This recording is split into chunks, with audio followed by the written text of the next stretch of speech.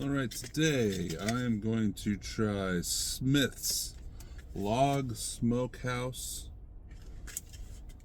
Honey Cured Dried Smoked Beef. This is made in Maine.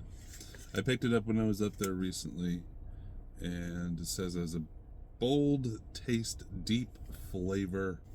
The ingredients look pretty good, like not too many chemicals anyways. It is 1.5 ounces. Let's just open it up. Smells good. I mean, beef jerky usually smells good. Looks good. Pretty simple. Little small pieces. Chips, really. The texture feels not too dry, not too hard, not too soft. It does say it has Tabasco in the ingredients, but it does not taste spicy. Honey is one of the ingredients, honey cured. It doesn't taste overly sweet.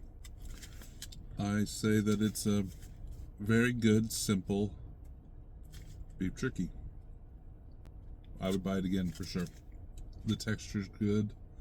The small pieces are good. It does have a lot of smoke flavor, which is great. I would recommend Smith's Log Smokehouse Honey Cured.